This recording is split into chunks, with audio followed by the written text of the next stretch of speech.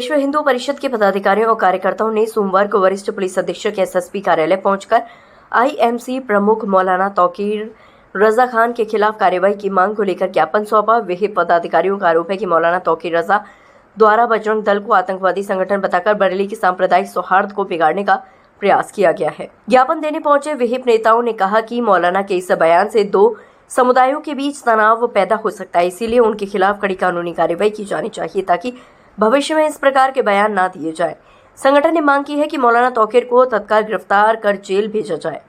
रविवार को मौलाना तौकीर रजा ने अपने समर्थकों के साथ गिरफ्तारी देने की घोषणा की थी। इस घोषणा के बाद प्रशासन ने एहतियातन उन्हें उनके आवास पर नजरबंद कर दिया गया था। वहीं मीडिया से बातचीत के दौरान मौलाना ने आरोप लगाया कि मौजूदा सरकार में मुसलमानों के साथ अन्याय और अत्याचार हो रहा है।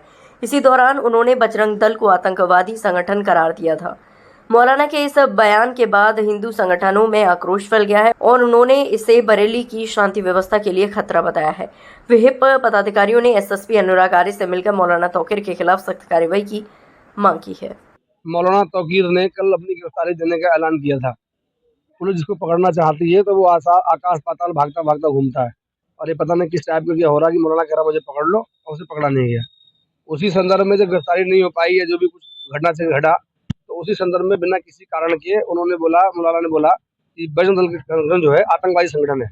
ऐसा क्यों बोला, किस वजह से बोला, ये बड़ा हम लोगों के लिए बड़ा रोष का विषय है और इसी हम लोग कप्तान साहब से मिलने के लिए आए हैं कि जिस मौलाना ने इसी दूषित मानसिकता के साथ हमारे इतने बढ़िया संगठन बजरंग के लिए ऐसा बोला है तो उनके खिलाफ उचित धारा मुकदमा लिखा जाए और कानूनी कार्रवाई की जाए।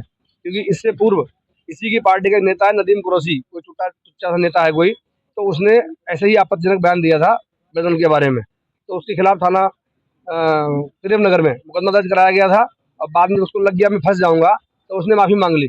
जब उसने माफ़ी मांग ली तो उसने अपने आका से कहा होगा कि आपने मुझे कहाँ फंस दिया, और मैंने बोला और मुझे तो माफ़ी मांगनी पड़ी वरना मैं फंस जाता। तो इसीलिए इसके आका ने सह देते हुए अब एक दूसरा बयान दिया है। इससे पूर्व आप लोगों की जानकारी में होगा, एक बार घोषणा की थी।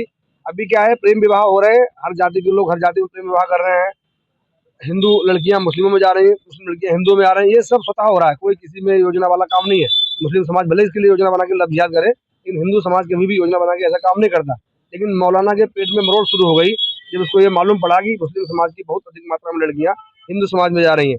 तो तमाशा काटने के लिए, अनावश्यक रूप से माहौल बनाने के लिए घोषणा की थी कि 23 पता नहीं 21 लड़कियां जो हैं हिंदू लड़कियां हमारे संपर्क में है, जिनका हम सामूहिक निकाह करवाएंगे। प्रशासन के हस्तक्षेप के बाद वो बात टली वहाँ पे। तो इसीलिए मौलाना बड़ा खुरापाती किस्म का इंसान है। ये लगातार इस तरीके की बातें कुछ न कुछ कह के बरेली शहर का माहौल खराब करने का प्रयास करते हैं। बहुत शातिर व्यक्ति हैं, इसीलिए आपने कभी भी देखा होगा, उनको पता है कि प्रदेश के मुख्यमंत्री कानून व्यवस्था के मामले में बहुत सख्त हैं, इसलिए उनके बारे में बोलने से पहले बहुत सावधानी बरतते हैं। लेकिन बाकी जिससे लाइमलाइट में बने रहें, सुर्खियों में बने रहें, ऐसे बयान वो आए दिन कुछ न कुछ देते ही रहते हैं। तो अभी अब हम लोग इस बात को बिल्कुल भी बर्दाश्त करने की स्थिति में नहीं है।